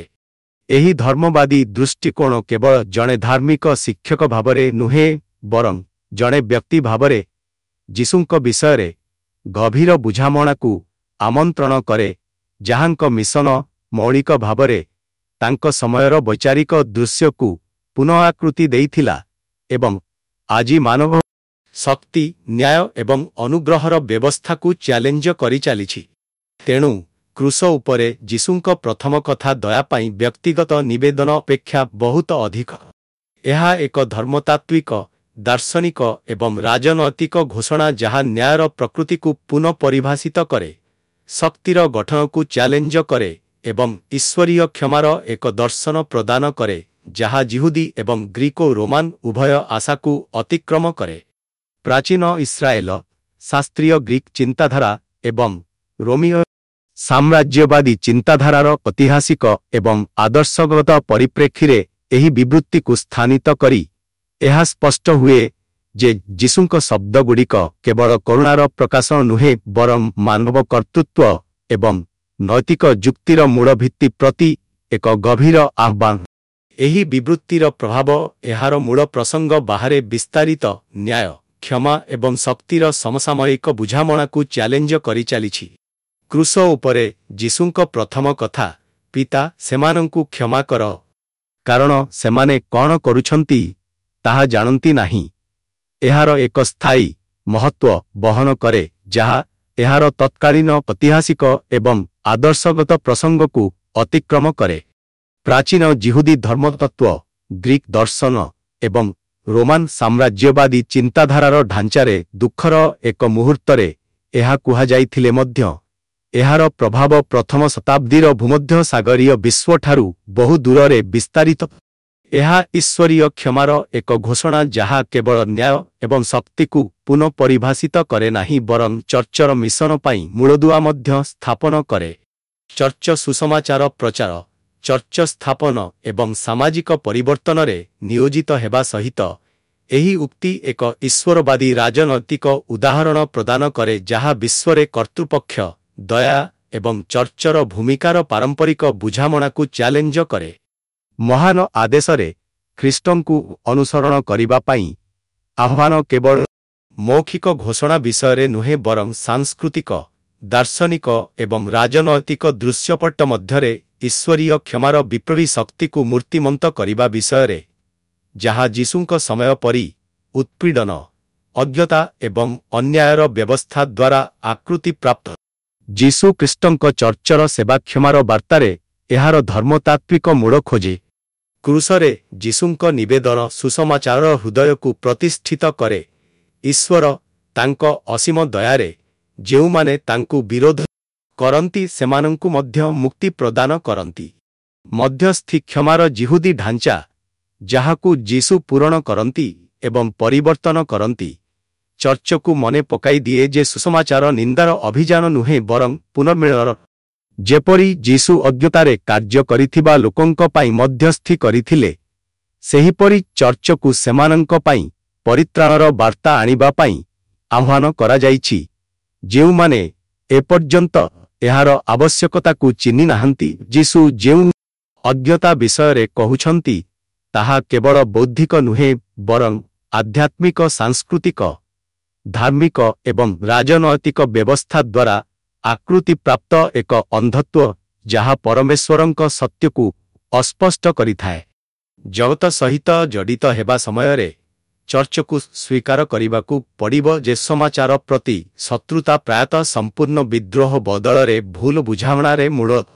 ତେଣୁ ସୁସମାଚାର ଯୁକ୍ତି ଜିତିବା କିମ୍ବା ପ୍ରାଧାନ୍ୟ ଜାହିର କରିବା ବିଷୟରେ ନୁହେଁ ବରଂ ଯେଉଁମାନେ ଏପର୍ଯ୍ୟନ୍ତ ଏହାକୁ ଦେଖି ନାହାନ୍ତି ସେମାନଙ୍କ ପାଇଁ ଈଶ୍ୱରୀୟ ଦୟାର ବାସ୍ତବତା ପ୍ରକାଶ କରିବା ବିଷୟରେ।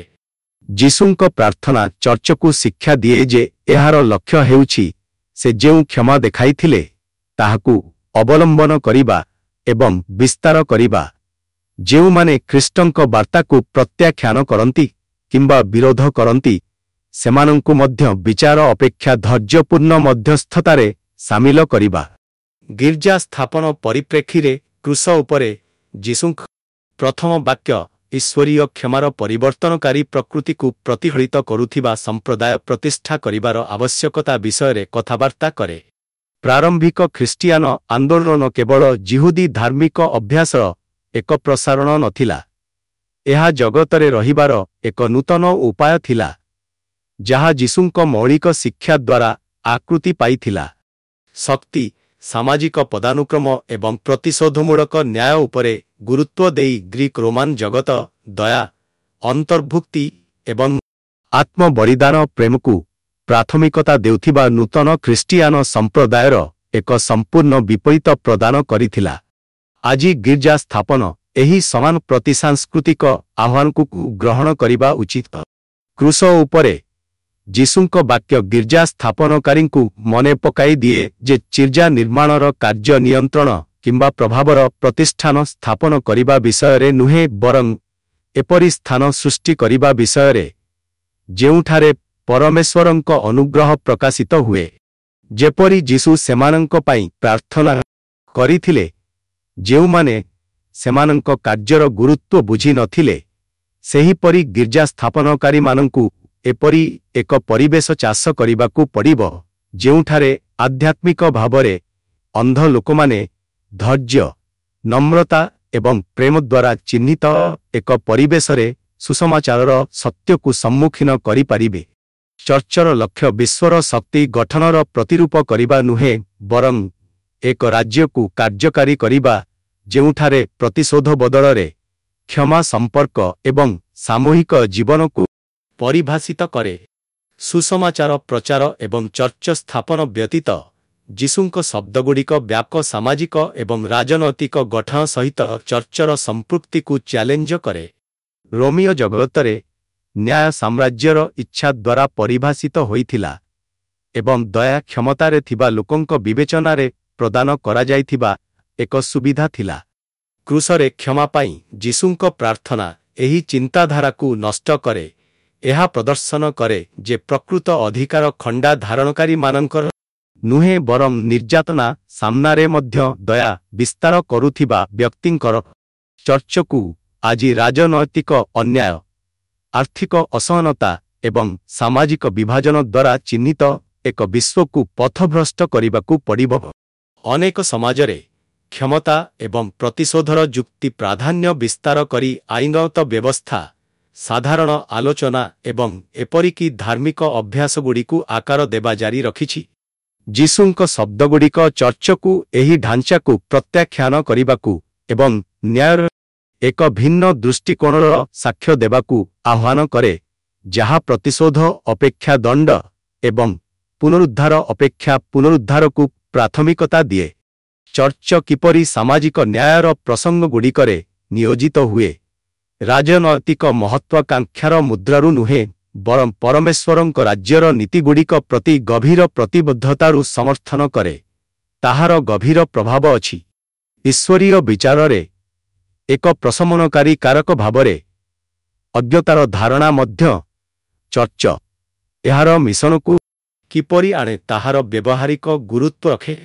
ଯଦି ଯୀଶୁ ସ୍ୱୀକାର କରନ୍ତି ଯେ ଯେଉଁମାନେ ତାଙ୍କୁ କ୍ରୁଶବିଦ୍ଧ କରିଥିଲେ ସେମାନେ ସମ୍ପୂର୍ଣ୍ଣ ଜ୍ଞାନ ବିନା କାର୍ଯ୍ୟ କରିଥିଲେ, ତେବେ ଚର୍ଚ୍ଚକୁ ସେମାନଙ୍କ ପ୍ରତି ସମାନ ଦୃଷ୍ଟିକୋଣ ଗ୍ରହଣ କରିବାକୁ ପଡ଼ିବ ଯେଉଁମାନେ ଏହାର ବାର୍ତ୍ତାକୁ ବିରୋଧ କରନ୍ତି କିମ୍ବା ଏହାର ଶିକ୍ଷାର ବିପରୀତ ଉପାୟରେ ଜୀବନଯାପନ କରନ୍ତି। ଅନେକ ସମୟରେ ଜଗତ ସହିତ ଖ୍ରୀଷ୍ଟିଆନ ସମ୍ପର୍କ ସହାନୁଭୂତିଶୀଳ ବୁଝାମଣା ବଦଳରେ ନୈତିକ ଶ୍ରେଷ୍ଠତାର ମନୋଭାବ ଦ୍ୱାରା ବର୍ଣ୍ଣିତ ହୁଏ। କ୍ରୁସରୁ ଯୀଶୁଙ୍କ ଶବ୍ଦ ଚର୍ଚ୍ଚକୁ ମନେ ପକାଇ ଦିଏ ଯେ ଯେଉଁମାନେ ସୁସମାଚାରକୁ ପ୍ରତ୍ୟାଖ୍ୟାନ କରନ୍ତି ସେମାନେ ଜାଣିଶୁଣି ଅବମାନନା କରି ନୁହେଁ, ବରଂ ସତ୍ୟ ଜ୍ଞାନର ଅଭାବରୁ ଏପରି କରନ୍ତି।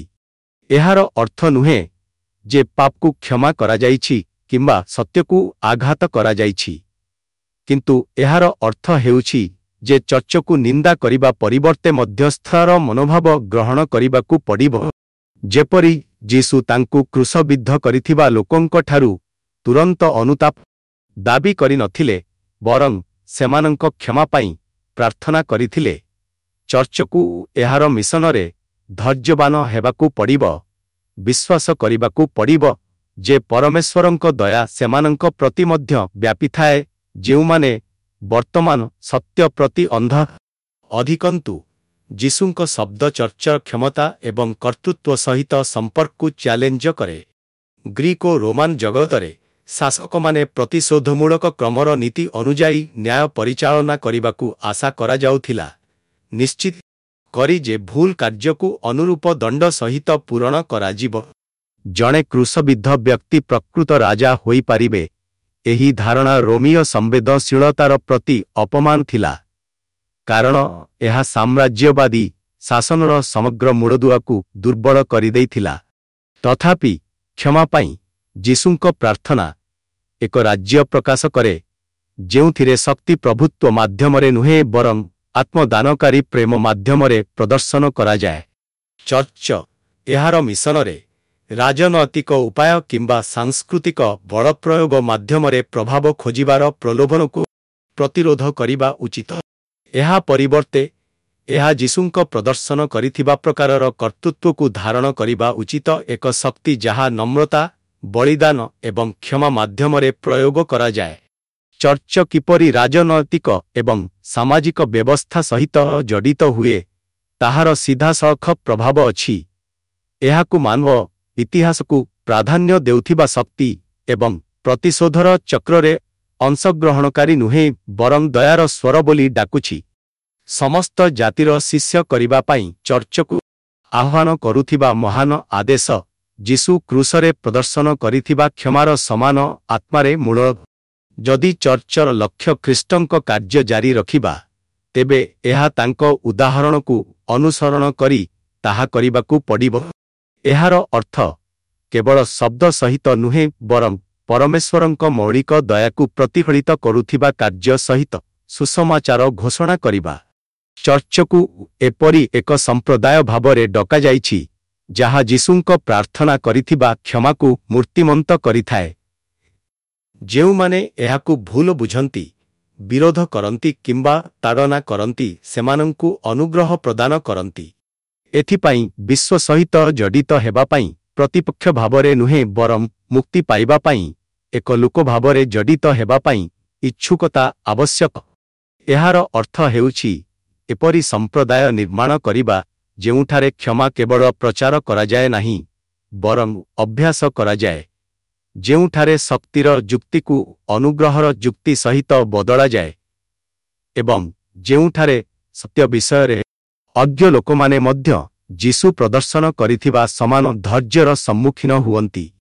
जेतेबेले चर्च एहार मिशन पालन करे क्रूस उपरे जीशुଙ୍କ प्रथम वाक्य एक भित्तिभूमि एवं एक आह्वान उभय भावरे कार्य करे। एहा एक भित्तिभूमि कारण एहा सुसमाचारर हृदयकु प्रतिष्ठा करे। जेउमाने अज्ञानरे कार्य करंती सेमानंकु मध्य क्षमा करिबाकु परमेश्वरଙ୍କ इच्छा। एहा एक आह्वान कारण एहा चर्चकु एपरि एक विश्वरे क्षमार एही समान आत्मा को धारण करिबाकु आह्वान करे जहा प्रायतः शक्ति विचार एवं वाद देवार नीति उपरे कार्य करे। सुसमाचार प्रचार चर्च स्थापन एवं सामाजिक कार्यर मिशन ईश्वरीय दयार वास्तवता द्वारा आकारित हेबा उचित। एहा स्वीकार करी जे चर्चकु जगतकु निंदा करिबा पाई नुहे बरं एहा पाई मध्यस्थता करिबाकु आह्वान करा जाइछि जेपरि जीशु करिथिले। एहीपरि चर्च महान आदेश प्रति विश्वस्त रही थाए, ख्रीष्टଙ୍କ मुक्ति कार्यकु आगकु बढ़ाए, क्रूसरु से घोषणा करिथिबा समान क्षमाकु विस्तार करी। प्रिय बंधुगण, तेणु क्रूसरे जीशुଙ୍କ प्रथम कथा पिता सेमानंकु क्षमा कर कारण सेमाने कौन करुछंती ताहा जानती नहीं। एहा जंत्रणार एक मुहूर्तरे दया पाई निवेदन अपेक्षा बहुत अधिक। एहा एक गभीर ईश्वर राजनैतिक घोषणा जहा प्राचीन इस्राएलर ऐतिहासिक वास्तवता ग्रीक रोमान दर्शन एवं साम्राज्यवादी शासन मध्यरे न्याय शक्ति एवं ईश्वरीय कर्तृत्व को पुनः परिभाषित करे। तांक शब्दगुड़िक जिहुदी मध्यस्थता परंपरा ग्रीक नैतिक जुक्ति एवं रोमान आईनगत प्राधान्यर संधिस्थल रे ठिया होईछि। तथापि सेमाने एक राज्यर एक मौलिक दृष्टिकोण प्रदान करी प्रत्येक ढांचा को अतिक्रम करती जेउठारे प्रतिशोध बदलरे क्षमा हेउछि ईश्वरीय न्यायर मूलदुआ। एही कथा जिहुदी मेसियानिक आशा एवं रोमान साम्राज्यवादी चिंताधारा उभयरे सन्निहित प्रतिशोधर तर्क को भांगी दिए। जड़े ख्रीष्टଙ୍କୁ उपस्थापन करे जहांक शक्ति विजय माध्यमरे नुहे बरं दुख भोग माध्यमरे प्रयोग करा जाए एवं जड़े राजा जहांक कर्तृत्व तांक शत्रुमानंक विचाररे नुहे बरं सेमानंक पाई तांक मध्यस्थतारे प्रदर्शित हुए।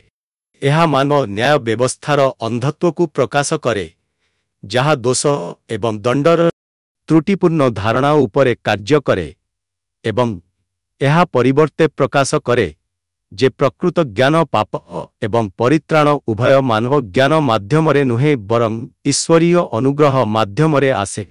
जेतेबेले आमे एही प्रथम कथारु द्वितीय कथा को परिवर्तन करू जीशुଙ୍କ कथार गुरुत्व एपरि भावरे प्रकाशित हेबाकु लागिथाए जहा तांक क्रूसबिद्ध हेबार ऐतिहासिक वास्तवता एवं तांक मिशनर धर्मतात्विक रहस्य उभयकु सीधासख भावरे जडित करिथाए। जदि प्रथम कथा मानव अज्ञता सम्मुखरे ईश्वरीय दयार प्रकृति प्रकाश करे ତେବେ ଦ୍ୱିତୀୟ କଥା, ଏହି ପ୍ରକାଶନକୁ ଆହୁରି ଗଭୀର କରିଥାଏ ଯେଉଁମାନେ ସେହି ଦୟା ପାଆନ୍ତି। ସତ୍ୟ, ମୁଁ ତୁମକୁ କହୁଛି, ଆଜି ତୁମେ ମୋ ସହିତ ସ୍ୱର୍ଗରେ ରହିବ, ଯେପରି ଏହା ଲୁକ 23:43ରେ ଲେଖାଯାଇଛି, ଯାହା କେବଳ ଜଣେ ମୃତ୍ୟୁମୁଖୀ ଅପରାଧୀଙ୍କୁ ସାନ୍ତ୍ୱନା ଦେବାର ଏକ ବିବୃତ୍ତି ନୁହେଁ, ଏହା ଏକ ପରଲୋକଗତ ଘୋଷଣା ଯାହା ପରିତ୍ରାଣର ଅର୍ଥକୁ ପୁନଃଆକୃତି ଦିଏ। ଏଠାରେ ଯୀଶୁ ତାଙ୍କର ସବୁଠାରୁ ଦୁର୍ବଳ ମାନବ ଅବସ୍ଥାରେ ମଧ୍ୟ ଅନ୍ୟର ଅନନ୍ତ ଭାଗ୍ୟ ଉପରେ ଈଶ୍ୱରୀୟ ସାର୍ବଭୌମତ୍ୱ ବ୍ୟବହାର କରନ୍ତି। ପରଲୋକର ଜିହୁଦୀ ଧାରଣା, ସମ୍ମାନ ଏବଂ ପୁରସ୍କାରର ଗ୍ରୀକ ଓ ରୋମାନ ବୁଝାମଣା ଏବଂ ତାଙ୍କୁ ସମସ୍ତ କ୍ଷମତା ଛଡ଼ାଇ ନେବାକୁ ଚାହୁଁଥିବା ସାମ୍ରାଜ୍ୟିକ ଢାଞ୍ଚା ମଧ୍ୟରେ ଏହି ଘୋଷଣାର ଅର୍ଥ କ'ଣ? ଏହି କଥାଟି ଧାର୍ମିକତା, ନ୍ୟାୟ ଏବଂ ପରମେଶ୍ୱରଙ୍କ ରାଜ୍ୟରେ ଅନ୍ତର୍ଭୁକ୍ତିର ପାରମ୍ପରିକ ଧାରଣାକୁ କିପରି ଚ୍ୟାଲେଞ୍ଜ କରେ? ଆତ୍ମିକ ଆଦାହନ ଉପରେ ଏହି ଅଧ୍ୟୟନ ଜାରି ରଖିବା ସହିତ ମୋ ସହିତ ଯୋଗଦାନ କରନ୍ତୁ। କ୍ରୁଶ ଉପରେ ଯୀଶୁଙ୍କ ଦ୍ୱିତୀୟ ବାକ୍ୟକୁ ଅନୁସନ୍ଧାନ କରନ୍ତୁ, ଯେଉଁଠାରେ ଦୟା ମଧ୍ୟସ୍ଥତାରୁ ଆଗକୁ ବଢ଼ି ଈଶ୍ୱରୀୟ ପ୍ରତିଶ୍ରୁତିର କ୍ଷେତ୍ରରେ ପ୍ରବେଶ କରେ। ଯଦି ଆପଣ ପରମେଶ୍ୱରଙ୍କ ବାକ୍ୟକୁ ଗଭୀର ଭାବରେ ବର୍ଣ୍ଣନା କରିବା ପାଇଁ ଏହି ଚ୍ୟାନେଲକୁ ସବସ୍କ୍ରାଇବ କରିନାହାନ୍ତି, ତେବେ ଦୟାକରି ଏହି ଚ୍ୟାନେଲକୁ ସବସ୍କ୍ରାଇବ କରନ୍ତୁ। ପରମେଶ୍ୱରଙ୍କ ବାକ୍ୟର ଏହି ଆଶ୍ଚର୍ଯ୍ୟଜନକ ପ୍ରକାଶିତ ସତ୍ୟକୁ ସେୟାର କରନ୍ତୁ। ଆସନ୍ତୁ ଆମେ ପ୍ରାର୍ଥନାର ଏକ ଶବ୍ଦ ସହିତ ଶେଷ କରିବା। କୃପାମୟ ପିତା, ତୁମର ବାକ୍ୟର ସମୃଦ୍ଧି ଏବଂ ଯୀଶୁ ଖ୍ରୀଷ୍ଟଙ୍କ ମାଧ୍ୟମରେ ତୁମର ଅବିଚ୍ଛିନ୍ନ ଦୟାର ପ୍ରକାଶ ପାଇଁ ତୁମକୁ ଧନ୍ୟବାଦ ଦେଉଛୁ। ଏହି ଅଧ୍ୟୟନ ସମୟ ସମାପ୍ତ କରିବା ସମୟରେ ଆମେ ସ୍ୱୀକାର କରୁଛୁ ଯେ ସମସ୍ତ ଜ୍ଞାନ ଏବଂ ବୁଝାମଣା କେବଳ ତୁମଠାରୁ ଆସିଥାଏ। ଆମେ ଯେଉଁ ସତ୍ୟ ଅନୁସନ୍ଧାନ କରିଛୁ ତାହା ଆମ ହୃଦୟରେ ଗଭୀର ଭାବରେ ମୂଳପୋଛ ହେଉ, ଆମ ଜୀବନକୁ ଆକାର ଦେଉ ଏବଂ ତୁମର ଇଚ୍ଛା ଅନୁଯାୟୀ ଆମର କାର୍ଯ୍ୟକୁ ମାର୍ଗଦର୍ଶନ କରୁ। ଆମେ ତୁମର ନିରନ୍ତର ସୁରକ୍ଷା ଏବଂ ଦୟା ପାଇଁ ପ୍ରାର୍ଥନା କରୁ, ଯାହାଦ୍ୱାରା ଆମେ ପ୍ରତିଦିନ ତୁମର ଅନୁଗ୍ରହ ଏବଂ ସତ୍ୟରେ ଚାଲିପାରିବୁ। କ୍ରୁଶରେ ଖ୍ରୀଷ୍ଟ ପ୍ରଦର୍ଶିତ କ୍ଷମାକୁ ବଞ୍ଚିବା ପାଇଁ ଆମକୁ ଶକ୍ତି ଦିଅ, ଯାହାଦ୍ୱାରା ଆମେ ଏହି ଜଗତରେ ତାଙ୍କ ପ୍ରେମର ବିଶ୍ୱସ୍ତ ସାକ୍ଷୀ ହୋଇପାରିବା। ଶତ୍ରୁର ଫାଶରୁ ଆମକୁ ରକ୍ଷା କର, ଧାର୍ମିକତାର ପଥକୁ ନେଇଯାଅ ଏବଂ ଆମେ ଯାହା ଶିଖୁ ଏବଂ କରୁ ତାହା ତୁମର ଗୌରବ ପାଇଁ ହେଉ। ଆମର ହୃଦୟ ସର୍ବଦା ତୁମ ପ୍ରତି ଆକର୍ଷିତ ହେଉ ଏବଂ ଆମେ କେବେ ବି ତୁମର ଉପସ୍ଥିତିର ସୌନ୍ଦର୍ଯ୍ୟ ଖୋଜିବା ବନ୍ଦ ନ କରୁ। ଆମର ମୁକ୍ତିଦାତା ଏବଂ ରାଜା ଯୀଶୁ ଖ୍ରୀଷ୍ଟଙ୍କ ନାମରେ ଆମେ ପ୍ରାର୍ଥନା କରୁ, ଆମେନ୍।